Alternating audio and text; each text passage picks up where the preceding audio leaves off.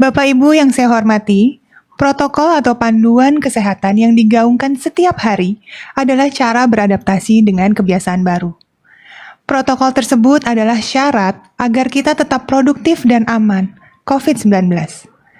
Salah satu kebiasaan baru yang paling penting adalah menjaga jarak aman. Seperti yang sudah pernah saya sampaikan, menjaga jarak yang aman adalah antara 1 sampai dengan 2 meter. Itu mampu menurunkan resiko tertular COVID-19 hingga lebih dari 50%. Penelitian menunjukkan jaga jarak adalah cara yang ampuh mencegah penularan COVID-19. Dalam masa pandemi, sebaiknya kita perhatikan hal ini, menjaga jarak aman dari orang lain. Terapkan physical distancing, terutama di tempat umum. Dan saya ingatkan kembali bahwa penularan COVID-19 adalah melalui droplets atau percikan air liur dari seseorang yang terinfeksi ketika dia batuk atau bersin atau bahkan saat berbicara. Tanpa kita sadari, saat kita berkomunikasi dengan orang lain, bisa jadi ada percikan yang keluar dari mulut lawan bicara kita. Dan kalau kita tidak menjaga jarak sesuai protokol kesehatan yang disarankan, yakni minimal 1-2 meter tadi dari orang lain, kita bisa saja terkena percikan tersebut. Yang tentunya tidak ada yang sengaja, tapi kemudian bisa menularkan COVID-19.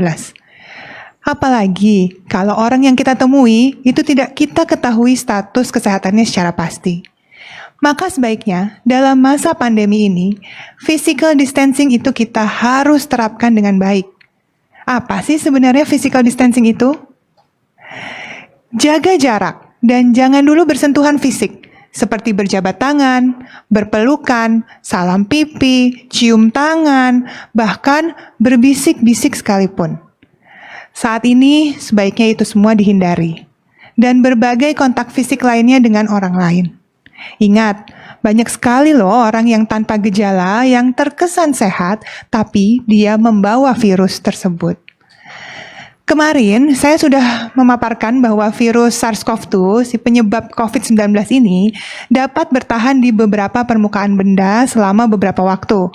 Nah, bisa saja virus ini kemudian menempel secara tidak sengaja di tangan kita, akibat kita menyentuh barang-barang yang ada virusnya di permukaan tersebut. Nah, kalau kita kemudian bersentuhan dengan orang lain, maka penyebaran virus tersebut bisa makin masif, makin luas. Dengan menjaga jarak aman dan physical distancing, terutama ketika kita tidak menjenguk orang yang sakit atau mengunjungi orang-orang yang rentan, itu sangat penting untuk diterapkan. Mari kita biasakan untuk menjaga diri, tidak memegang anak-anak kecil, apalagi bayi, kalau kita bukan orang tuanya. Kita sempat bacakan ada sebuah berita yang mengabarkan bahwa ada bayi yang positif COVID-19 yang diduga tertular dari penjenguk, yang tentunya masuk kategori orang tanpa gejala. Praktik baik dari belahan dunia lain yang saat ini mulai menunjukkan keberhasilan untuk membendung penularan COVID-19, paling tidak untuk sementara ini adalah negara sahabat kita, yaitu Jepang. Menurut salah satu peneliti Pusat Penelitian Kewilayahan Lembaga Ilmu Pengetahuan Indonesia atau LIPI, Jepang itu tidak menerapkan lockdown atau karantina wilayah seperti beberapa negara lain, tetapi memberlakukan deteksi dini terhadap kelompok rentan dan social conformity. Apa itu? Social conformity adalah permintaan dari pemerintah Jepang kepada warganya agar menghindari keramaian atau kontak dekat secara fisik dengan orang lain. Jadi, menghindari bersalaman dengan banyak orang, kemudian menghindari agar tidak bertemu dengan banyak orang di ruang yang tertutup dan sempit. Dan anjuran ini sangat dipatuhi oleh banyak orang di sana. Jadi, social conformity tidak lain dan tidak bukan adalah kepatuhan terhadap anjuran otoritas kesehatan atau pemerintah. Mereka yang patuh dan disiplin mematuhi anjuran, selama ini ada hashtag di rumah saja, dan menaati PSBB, termasuk kelompok ini.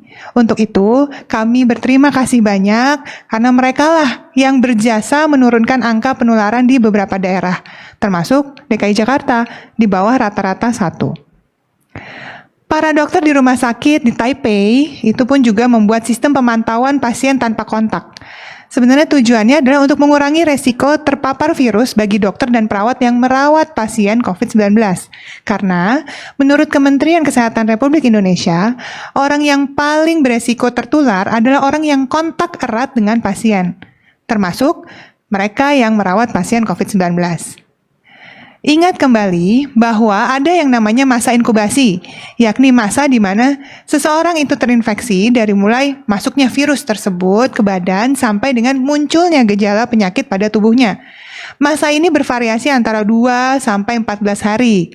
Artinya, bisa saja ada orang-orang yang terinfeksi tapi tidak atau belum menunjukkan gejala atau menunjukkan gejala yang sangat ringan yang membuatnya masih bisa beraktivitas seperti biasa. Jadi mulai sekarang, perhatikan cara kita berinteraksi dengan orang lain. Hindari kontak fisik, ingat jaga jarak. Tapi pencegahan lainnya juga tetap harus dijalankan. Tetap pakai masker dengan baik dan benar, apalagi kalau terpaksa harus berdekatan dengan orang lain. Kemudian tetap cuci tangan dengan sabun dan air mengalir, ya paling tidak selama 20 detik. Dan tentunya menerapkan protokol kesehatan lainnya. Seorang ahli penyakit menular berkata, ketika Anda mengulurkan tangan, Anda mengulurkan senjata biologis.